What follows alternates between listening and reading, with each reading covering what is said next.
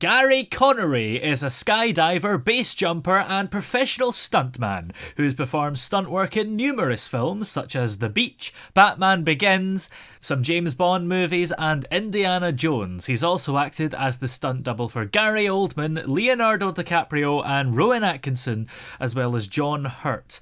He was the first skydiver to land after a wingsuit jump without using a parachute, and in 2012, the same year, he jumped from a helicopter above the opening ceremony of the London Olympics, dressed as the Queen, making him the Queen's only ever stunt double.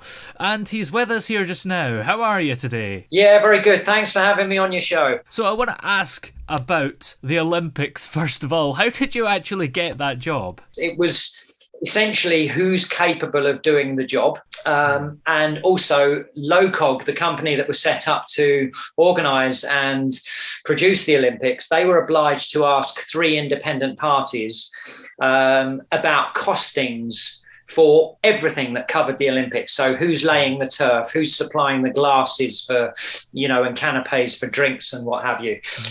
Where it was concerned for me, it's not so much about the cost, it's who can do the job.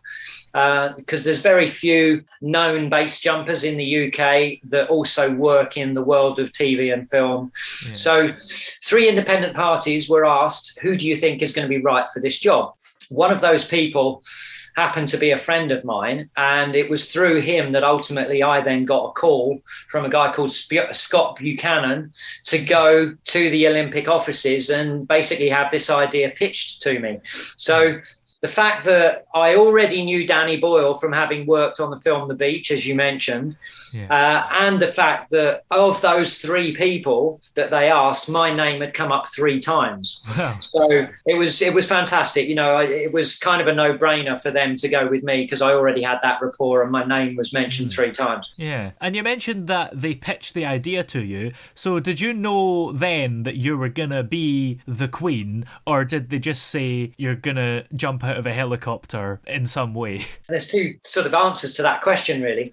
I knew that the idea was that the Queen was to jump in. Yeah. But I thought that they were going to be asking me to be the coordinator of the job and get someone else to come in to be the Queen. Yeah. So as soon as they pitched the idea, my mind's going, right, how do I make me be the Queen? How do I make this happen so that I get the glory job, as it were? Yeah. So it was fantastic. I can't describe really what it feels like.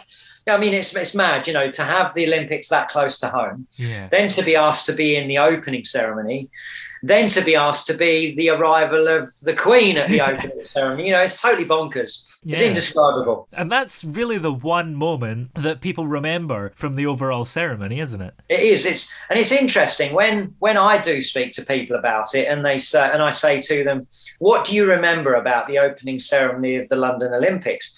They usually say the James Bond bit. Yeah. They don't say the Queen bit. So it's really interesting, people's perception on the James Bond, the Queen.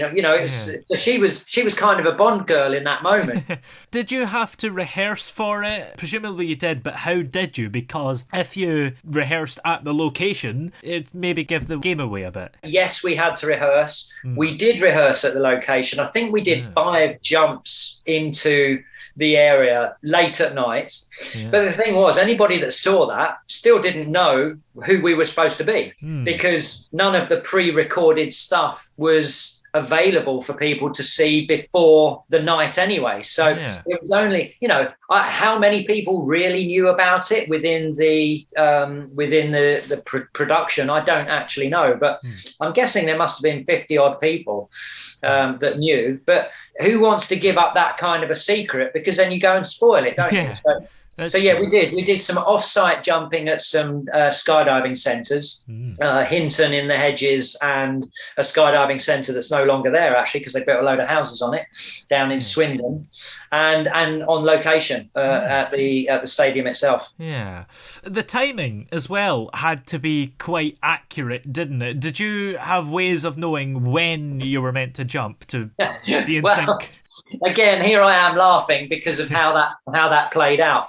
When we were in our rehearsal period, we would always get a countdown from 10 from the guy in the door who's known as the jump master. So he would be linked into the helicopter pilots, the control room on the ground, and he would always count us in from 10 so that, we could focus and be prepared. On the night itself, I'm looking at Dave in the door, but I'm also looking, fortunately for myself, I could look down and see the big screens in the stadium from the helicopter.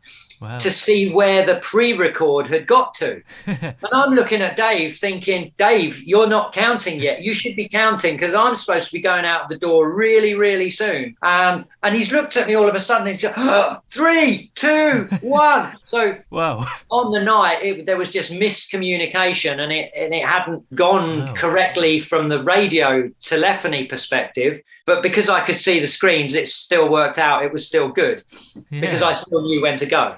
So it nearly went all wrong. Well, no, because I could see the screens. Yeah. So I would have gone anyway, Yeah. It was one of those. It's, you're in that moment where, okay, he's not counting. There's clearly a problem there, but I can see the screens. I know when I'm supposed to go because I know the recording and how it would edit together. Because obviously in the control room, they go from sending out to the world watching the pre-recorded part to then cut live to us actually jumping. So if I'd not jumped, then it wouldn't have worked. So I'm sure that makes sense to you. Yeah. Where did you actually land in the end? Mark and I landed outside the stadium. So we jumped. We spiraled around and gave the crowd the eye candy that was required, to time in with the da-da-da-da-da-da kicking in all around the stadium, which we could hear, of course, and this massive cheer went up. So we spiraled around and then went and landed just outside the stadium. And in that way, the Queen could then be revealed walking in. Because if we landed in the stadium, we would have, what does the Queen then do? Yeah, and then people would probably spot you and go, "You're not the Queen." Yeah, I think they might have known that anyway. I think I'm sure some people thought the Queen jumped in, but there's a little secrets out of the bag there. Yeah. Do you still have the outfit? Do you know what? They wouldn't let me keep it, and I guarantee if I did have the outfit, I would have been wearing it out on a Friday night. Undoubtedly, I have a couple of parts. I still have the bag that I used for rehearsals. I still have the shoes that I jumped on the night. I still have a costume, a big costume diamond ring, Wow. But no, unfortunately, they didn't let me keep the dress. It's in a ceremonies museum somewhere, apparently. And the Queen has had to miss a few events recently. Do you think you could fill in for her at them? Absolutely. It's all about the bum and legs, I've obviously got the stature for her, and of course, and I can wave like the Queen, and we look very similar, right? Yeah, pretty much. So you were the first skydiver to land after a wingsuit jump without using a parachute in the same year. How did that idea actually come about? Let me just add something slight to that. I'm the first person to do that intentionally. Other people have landed without using their parachute unintentionally, but they didn't really get up and walk away from it. So since the mid-90s, when a guy called Patrick de Gaillardon, French skydiver, very well known, unfortunately, he's no longer with us because of a wingsuit accident, he introduced modern day wingsuits. And since that point, when there was the realization of people flying what we call proximity flying, close to terrain and over trees and such like, there was another French guy, Jean-Loic Albert, who posted a video of him flying down the mountainside in, I think, 2006 in Verbier. Wow. And from that point, the Holy Grail had become landing a wingsuit. Now, I knew how to do it because of my stunt background. I'd known how to do it from the very first time I jumped out of an aircraft on a wingsuit. For me, it was a no-brainer. And so I spent the next 9 years, from 2003, I spent the next 9 years, or 8 years, trying to get a production company to back me to film how do you go from zero to hero on a wingsuit in 6 months, from not being able to do it to landing in 6 months. And so I didn't pursue wingsuit flying. I pursued trying to get a production company to back me. Yeah. So ultimately, I did get a production company to back me. It was Phil McIntyre, who at McIntyre Entertainments, who owns Strictly Come Dancing. Ah. And he put in some money, and I was 2 days from going to America to start my training, and I got a phone call from the producer to say, Gary, sorry, you can't go. We've used up all the money. And what? This is my money for me to go and do the thing. Yeah, we were looking for which cameras that we were going to use, and we were flying backwards and forwards to Germany, and we've sucked up all the money. Oh. Right. So in my head, I was going to do it. I was, the game was on, So ultimately, I funded it myself with the help of Braymont Watches, who are a local Henley-based company. They helped sponsor the event. And basically, I put it together myself with the help of Mark, who then jumped in as Bond at the Olympics. Ah. So he and I had spent 8 months together, sort of living out of each other's pockets and developing these two projects. Yeah. So I know that was a long-winded answer. Sorry about that. Yeah. Were you scared when you did it, or did you feel confident and knew what you were doing? Because of my background, because I've landed in boxes many times from high falls or bike crashes or such like, I knew boxes worked. I knew that my ability to fly the wingsuit accurately enough was good enough. Yeah. The fear comes prior to actually jumping. When you jump from the skids of that helicopter, you're in the zone. So all of the fear had been dealt with prior to that. But also fear can be used in a very good way. Paranoia is a great state of mind in certain situations because it keeps you thinking and it keeps you focused. Yeah. And what's been your most dangerous stunt? Is that it, or has there been one dangerouser? I love that question.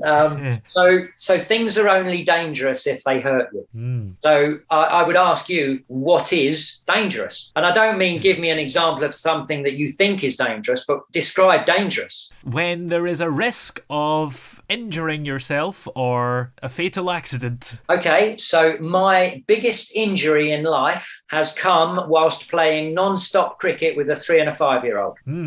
So go figure. So yes, my most dangerous stunt was playing non-stop cricket with a 3 and a 5-year-old. Yeah, well, there you go then. And what else is coming up? Are there more exciting stunts that you're thinking of doing? I would like to say yes. I certainly have some stuff in the pipeline, but once again, it's down to people giving up their money for something that they think I'm going to die on their watch. So if they gave me X amount of thousands to go and do it with their brand name attached to it, then they don't want blood on their hands, basically. So that's the tough bit. So if any of your listeners out there are Red Bull owners or some sort of other brand that wants to put it out there and say this guy does it for us kind of thing, then I'm ready and waiting. So the stunt idea I have is, imagine me wearing a wingsuit made of fire blanket. There's a helicopter and a cage suspended from the helicopter. And the reason I'd be in a cage is because the helicopter pilot won't want me in his helicopter. So I'm wearing a wingsuit made of fire blanket covered in glue and petrol and stuff that's going to burn. I jump from the cage. I fly through a tunnel of fire, which is essentially, it will either be on the roof of a building or a ridgeline on a mountainside or suspended from another helicopter, depending on, who the brand that associate with it end up being. That will determine its location. Fly through the tunnel of fire, come out of the other side on fire. So now I'm like a shooting star, into a pile of cardboard boxes, which again, all of those are primed to explode or certainly burst into flames on impact. And leave it burning for 15 seconds and then get me out. Wow, that sounds scary. So I've called that stunt Shooting Star. Well, where are we able to keep up to date with you? Do you know what? I don't really do much in the way of social media because I'm this age.